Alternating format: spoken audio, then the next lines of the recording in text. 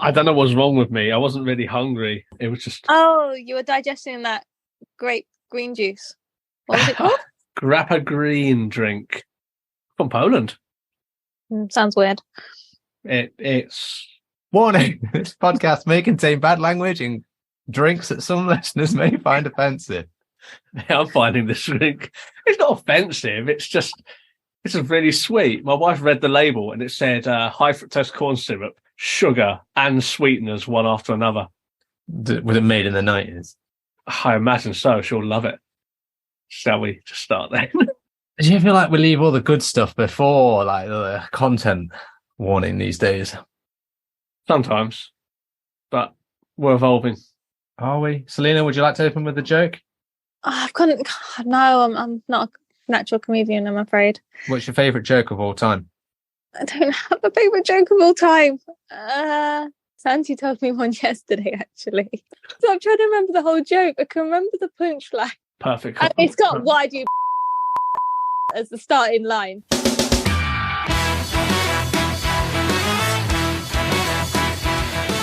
Welcome to Seesaw Podcast with your hosts T, Cleaves and Selina. Every week bringing some much needed balance and humour to brighten up what can sometimes be a dark, disabled world. Hello everyone and welcome back to Seesaw Podcast. Before we get into today's topic, let's cover the admin. Firstly, Selina, how are you? That's part of the admin now, is it? Just to check in with me. Wow, yeah, I'm fine, thank you. It's quite bad when you put it like that. You know what I mean. I completely forgot to ask before I went into admin, and I'd already said at that point. What pajamas are you rocking today? Oh, same old, but I'm glad I've got a little jingle for my pajama wearing now. Pajamas all day. Pajamas all day. About time you started changing or at least washing those pajamas. They definitely get washed. I'm back in Grinch today. I think it was Lilo and Stitch the last time. So Christmas pajamas in March. Well, it's still winter weather. It kind of snowed today. Well, apparently so. So Cleaves, how are you and what are you wearing? I'm all good. I'm wearing blue jeans that I wear from work and then a stripy super dry t-shirt. It's white and grey striped. Well, it's a polo shirt actually. Not often you see me in one of those. Very nice. How are you? I am good. And I was hoping you were going to ask yourself. Hey T, how are you? I'm good, thank you T. And I'm wearing light blue jeans, green hoodie, black gilet, and a blue Toronto Maple Leafs hat. Gilet? Why was you over a hoodie? I was cold downstairs. It's an interesting combination. Is that because you don't have the heating on where you are? Oh no, it's on. T's just Nesh. Wasn't on during the day because disabled people can't afford it. The contrast is stark though, with you having like t-shirt, hoodie, gilet, hat, and I'm just sat here in like a polo shirt. Yeah, because you come home when the heating goes on. It's eerily planned that way that it turns off the moment you leave the house. That's because most people go out to work by 8:30 and return by 5:30. True. If you want it to be warm, go to the office. I could, yes. Or put the fire on, either way. Yeah, I'll put the fire on. So, other admin. It's been all over the social media, but we are now able to announce that Seesaw Podcast is going to be at Disability Expo this year. Woo! Except for Cleaves. Oh. So, for the 6th and 7th of July at the Excel Centre in London, you will be able to meet myself and Selina. We will be on a couple of panels. Selina, you're doing sports, I believe. Sports and fitness. Perfect. Very fitting to your athletic career. And I will be doing, and I hope this is the one because there was two that we were deciding between, employment. And if it isn't, I will correct that next time. You're wrong. I know, I already figured I was wrong. Yeah, you definitely agreed to education on the Education. Okay. It was between employment and education. I didn't know which one I landed on. So yes, education. That's the one I'm doing. But Cleaves, where are you going? Good, I'm glad you asked, T. I'll be at Silverstone, celebrating my birthday, which is also on the 7th of July. You're welcome. Happy birthday. I'm the youngest. Ha. Sorry. My birthday's the 20th of July. Oh, Oh, I was so close. yeah. I was like Mine 13 days out. isn't in July at all. Yeah, we can all agree you're an old man Oh, shut up. with a physique of an archer. I've Have you still signed not up had- to those archery trials yet? I meant to send you a link. I keep meaning to. You know what? I will say that I was quite offended at that time. And But now? since I calmed down, but now the rage is boiling again. I think you could be the greatest archer that Netherfield's ever seen. Blind archer. I imagine I probably will be the only blind archer that Neverfield has ever Unless seen. Cleaves took it up, and then you'd have competition. Oh, that's very true. I'm not much of an archer. I would do blind ice hockey if it started coming to Nottingham. They've only got one team in the UK. Maybe you could be the man to bring it to Nottingham. And that is the admin. Before I finish, I forgot to say, in the show notes, you'll be able to find a ticket link. It is free. Come and see us at Expo. We will have merch. And you also forgot to mention that Ted and Riley, our guide dogs, will be there. So if you don't want to meet me and T, come and see our guide dogs because everyone loves dogs. Absolutely. Okay, let's jump into this topic of the week because there's been a lot of wank up to this point. There's been a doings are transpiring and a few reports have come out about the cost of living affecting the disabled community. We have done something on this before. In fact, I'm pretty sure we've milked a couple of episodes How dare you? on this before. This was when it was building. Now we're in it and it's happened. This is At its climax. during. So this is based on some research by the Resolution Foundation, looking into the daily costs of the disabled community and how they compare to the non-disabled community. The report, Selina's read some of the report, but we are going to mainly go off of the Guardian article by their economic correspondent, Richard Partington. Correct. Dick Part for short. So this is a bit more concise. If you want to read the report, that will be in the show notes along with the link to the Guardian article. Cleaves, you want to kick us off with what this is actually about? The Resolution Foundation report shows that disabled people have 44% less to spend than other working age adults on a daily basis. So if you're disabled, you've got less money than people that work. Who would have thunk? I tell you who else has got 44% less income than people that work? People that don't work. Quelle surprise. Yeah, well, we'll get on to that because the next point. Oh, we're just going straight over that, are we? Well, is there anything to talk about this? I want to give the next point as context. Right. So the context of this isn't just about people who are not working, because a think tank found that disabled people, on average, will earn around just over £19,000 a year, compared to 27,000 by non-disabled people. And that was figures from YouGov. The survey was basically done on 8,000 adults, 2,000 of which, so a quarter, had a long-term illness or ongoing disability. So if we take these first 2 points, okay, I'm not going to subtract from you, Cleaves, but I just want to give context that this isn't just the non-disabled community. Well, that was the point I was making. It says 44% of people with a disability have less to spend than other working age adults. To be fair, that point doesn't say that the people of working age were working. I kind of implied that. So I'll hold my hands up to that. I think they are working. That would be my assumption. Yeah. I mean, let's be fair, right? If you're a non-working disabled person and you're a non-working able-bodied person, chances are if you're disabled, you've probably got more disposable income than that able-bodied non-working person, dare I say. Yes, if you're talking about tangible money coming in each month, you'll be eligible for more benefit in most cases. But we will always have someone who will say that their needs of their disability will be entirely used up by their personal independent payment or DLA if they're still on that.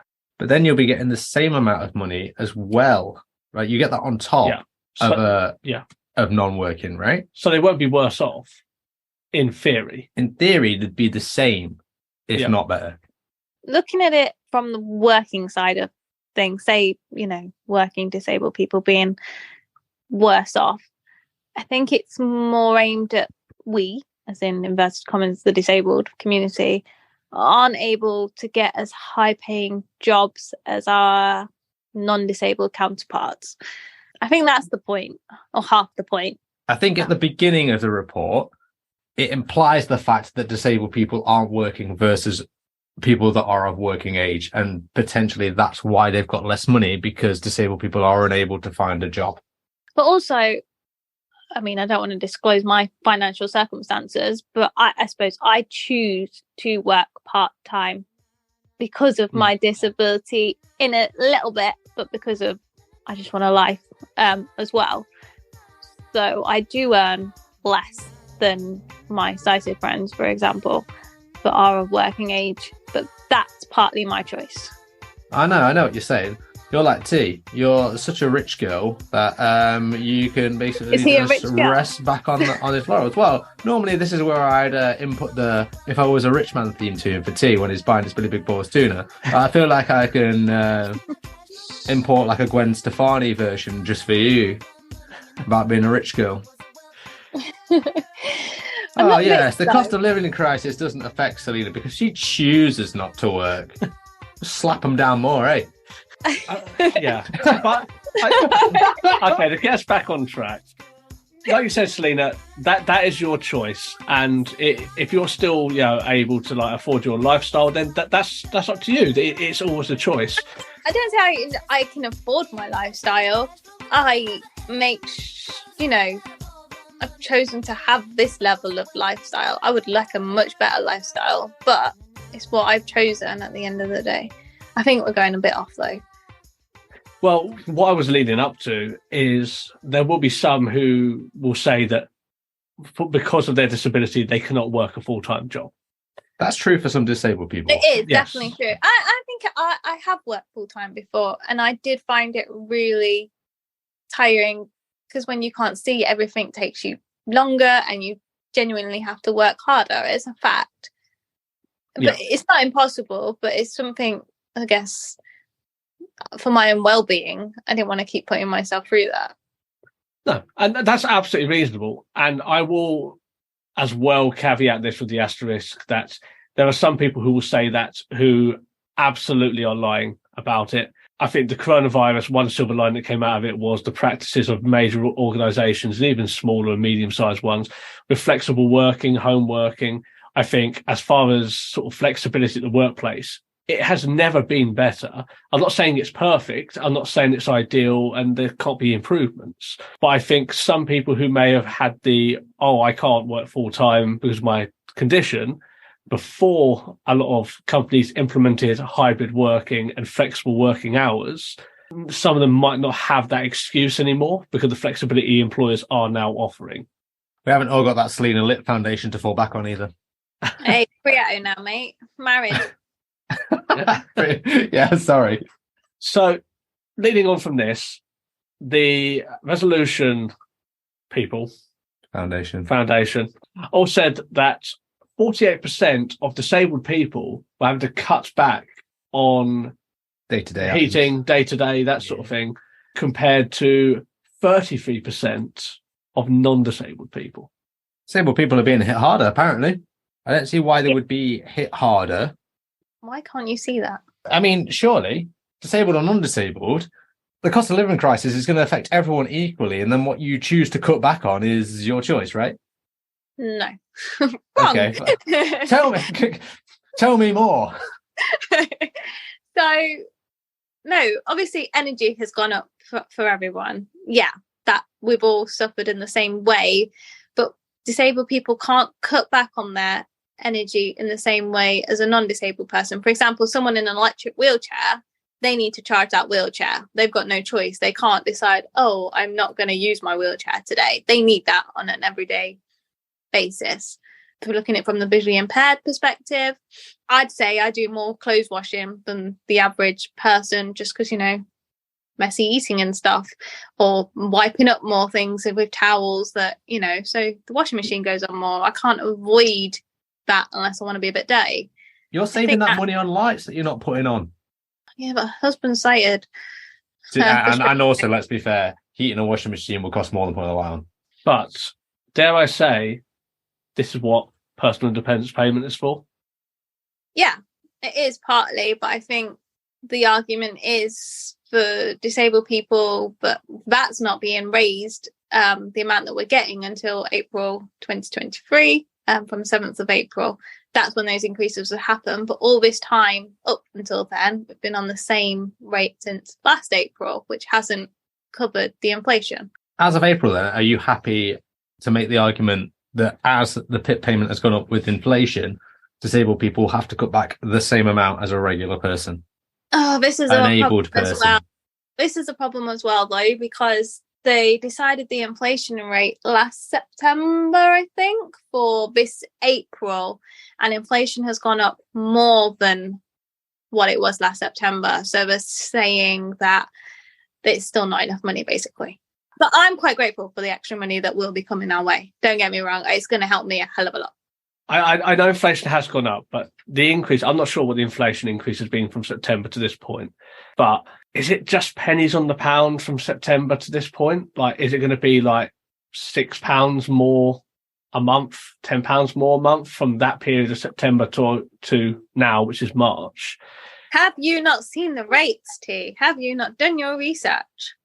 I haven't seen inflation rates for March, no. Inflation rates currently, if you're getting a mortgage, are around about 4.4. If you got them pre-Christmas, they were up at about 6, but they have been up to around 8 at points. But actually, we're going to be getting, I'm pretty sure we're both all on the higher rate of the PIP rates of enhanced daily living and enhanced mobility. Our rates are going up from, I think we get about 620 something a month at the minute. Every 4 weeks, it's going up to £691 for every 4 weeks. That's quite a lot of money we're getting. Yeah. 600 and what? And up to 600 and what? I think it's 627 do we get, or something around that. Okay. And it's going to about £691.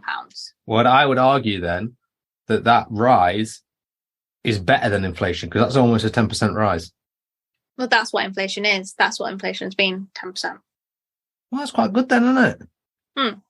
That's April, though, right? On this report, another statistic that came out was 41% of disabled people couldn't keep their home warm versus 23% of non-disabled people. Is that due to lack of income? Is that what we're going to say? Yeah, I assume so. Fine. I mean, yeah, that's the thing, isn't it? But it is a choice. It's your priorities in life, right? Do you choose to keep your home warm, or do you choose to have the latest screen reader, for example, or Braille touch note, or it's all choices. Yeah, but that stuff should surely be covered by your PIP a little bit, as opposed to the heating, which probably should be covered by your job. Do you know how much Braille, how much assistive technology is? To be fair, we know it's an absolute rip-off. You're not buying a Braille a month. Yes, this technology is expensive, and okay, like powering up an electric wheelchair, yes, I get that. But for the visually impaired community, who is spending £600 a month on assistive technology every single month? Well, not just technology, okay, right. You've got the care component, you've got the mobility component, so your taxi fares, your train travel. Obviously, we get buses for free, so you can't argue that one. But that they've all gone up, haven't they? So that's what that money's supposed to be going on. And then the other side is your care, which is where your assistive technology will come in. Anything else, like if you have a cleaner like myself, that comes out of your care component. No, I do get it, but I think sometimes, dare I say, there might be some. The point of PIP is to counteract the costs of being disabled, and dare I say, there are some disabled people who see it as just some form of income to spend on any old thing. The point that I'm getting at here is heating changing has no semblance on disability benefits, because if you were to look at the purpose of those benefits, your heating isn't included in that. That's from other benefits if you're not working, or if you are working, that's just tough shit that everyone has to deal with, frankly. So I don't really get the reasoning behind it. Why is there that many more? Why is there almost double disabled people? Why is that the statistic the case? Why double the amount of disabled people not having the money to put their heating on? I don't understand it. Is it because they're not cutting back on things which they should be? Well, maybe this brings into this next point. 33% of the lowest income households have someone with a disability, whereas the richest only have 10% of a person with a disability. So if you're earning a lot less, as Selina was talking about earlier, potentially if you're in employment and you're disabled, there's a good chance, according to this study, that you're likely to earn less as a disabled person versus to a non-disabled person. And it's affecting your income more because percentage-wise, you're earning less in the outset. That is probably the case. It's a very tricky one because I don't know what the study, like how far-reaching it was. 8,000 people. Yeah, but where were these people? Did you interview 4,000 people in a council estate in Birmingham and then go to like a very nice part of Surrey, like go to Guildford for the other 4,000? Well, where was this taken from? And I think that's really important, where studies like this, they have to do comprehensive research, like across the country. I frankly don't think 8,000 people is enough. Is a council estate in Birmingham worse than a council estate in Surrey? Well, no, but I was just picking two different. Why you picked the cities at random like that. I was just picking different geolocations. It doesn't matter. The point still stands. I think more research was needed. I think 8,000 is a very small amount, especially because this has been taken to the government for them to action some things. I think you need a larger study than this. So have you guys been struggling with the cost of living, do you think, as disabled people? Not as a disabled person, but as a person, I've tried to cut back on the heating. I wouldn't say I've done it as a disabled person. I would say I've done it as a person. Yeah. Stuff's going up. There are other things that, like getting a house. Like that's something I'm having to push back because of what things are like at the moment. So, and is that because the type of house you need because of your disability? Is it because you need a garden for Ted, for example? Or is it where you need to be located to be in an accessible area? Is that what's preventing you? Could you get a house elsewhere in the sticks or something? You weren't disabled, which might be cheaper, and you can get on that house ladder. Is it your disability that's preventing you? To an extent, yeah. I mean, I do need a garden. So what is the government doing about this? Well, the government is apparently going to be, it's around £900 of cost of living payments going to be made to disabled people from spring, an undefined springtime, to spring of next year. It's not just disabled people. So that's for everyone then? For certain people. Mainly people on means-tested benefits, which PIP is not a means-tested benefit, but they will be receiving some help. So you don't have to be disabled to be on a means-tested benefit. So is there anything that disabled people exclusively are going to get? I did see the number of £150 at some point next year. Yeah, well, this year. But yeah, we will be getting that. Anyone on PIP will get £150, as we did last. I think it'll be paid a little bit earlier this time, though. Okay. And is this supposed to be to, like, combat those cost of livings or costs of being disabled? Like, has that been... Exactly. Yeah, exactly that. But obviously the disabled community is saying that £150 is not going to cover it. Well, we read here from this report that although it's means tested, there's up to £900 available for like 8 million people. If you're on universal credit or working tax credit or any other kind of those credits, you'll be getting extra than the £150. Right. Well, that covers everyone that's unemployed, right? They'll be on universal credit. You can be on, remember we had this discussion, you can be employed or unemployed to be on universal credit. Okay, fine. Well, even they'll get some. I mean, you're getting £900 if you're the poorest people that are affected, right? Whether disabled or not, you're still going to be getting that money, surely. Yeah. So I suppose where is, like, from the disabled community, is this for people who are working, I assume, who would not be eligible for this because they earn enough to not be qualifying for universal credit, and therefore they're not getting it? I don't know. Arguably, because we tend to be on lower incomes, I would assume a lot of working people who are disabled are claiming universal credit. I imagine so. I mean, it's not something I'm going to be getting. Like, it's something that falls outside of what I will receive. But I don't know. But you might be eligible for universal credit, so we shouldn't assume these things. I highly doubt it. I'm not going to blow my big boy horn because I've worked hard for it, but I'd be pretty certain with what I'm on that I would probably owe them money and then give me money. So I don't think that'd be the case for me. So as far as sort of like this report itself, I think there's a lot of generalization here. It's dressed up as all disabled people are going to be affected in this way. And I don't know if that's necessarily going to be the case. I feel like we always want to argue the other way, and I try and balance it out a little bit. But of course, 8,000 people isn't a big pool of people, and only 2,000 of them were disabled. But there are other charities like our friends RNIB, Scope, Sense.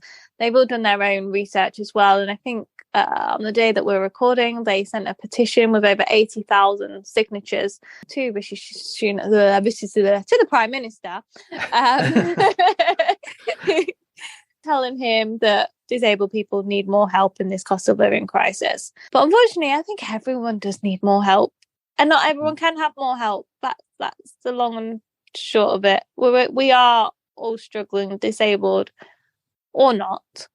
And, you know, that's why people are striking left, right and centre as well. It's tough for everyone at the minute. It's tougher than I thought it was going to be as well, to be fair. I think when we recorded our cost of living crisis kind of podcast last year, I think I was like, oh, well, it'll be fine. It'll be fine. But yeah, it is tricky.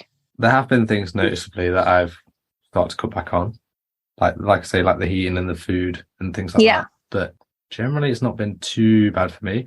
The fact that the mortgage rate is going up is going to impact me massively. But other than that, you know, keep working, keep grafting, keep trying to get more money from various employments and jobs that are out there.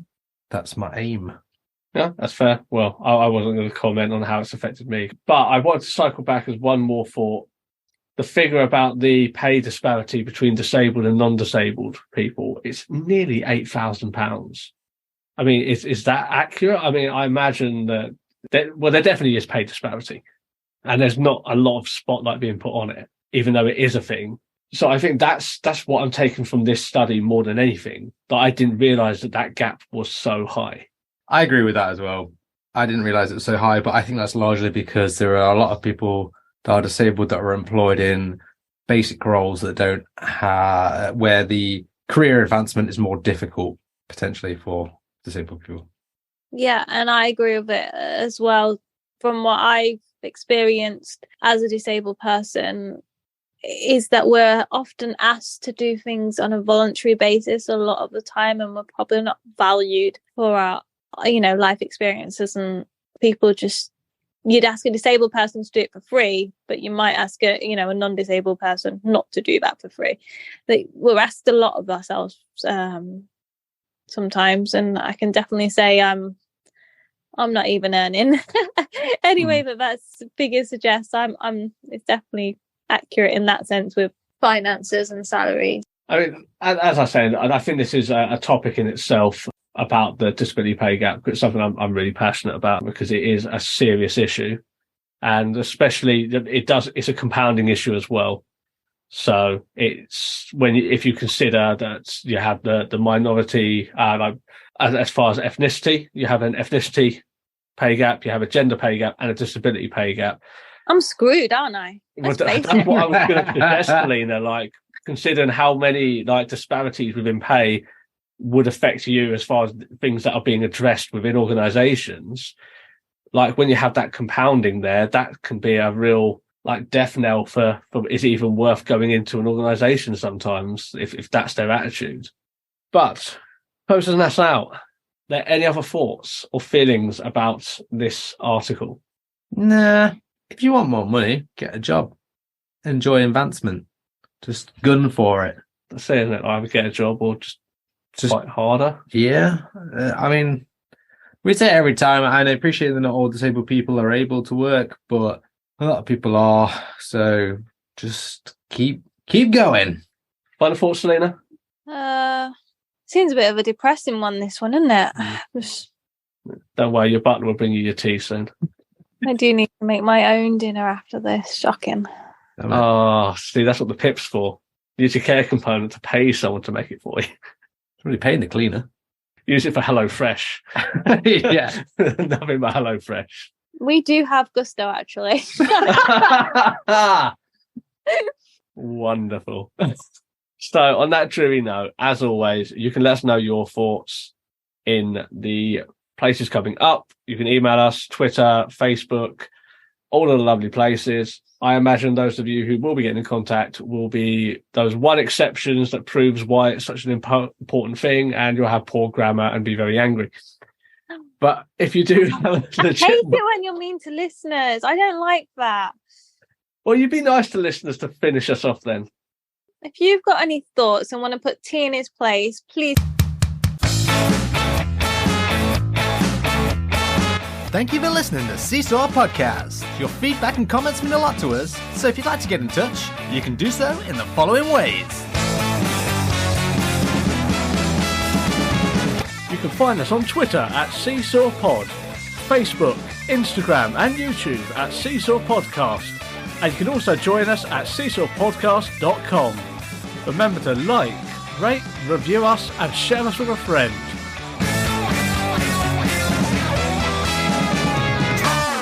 This podcast was recorded in front of a blind audience.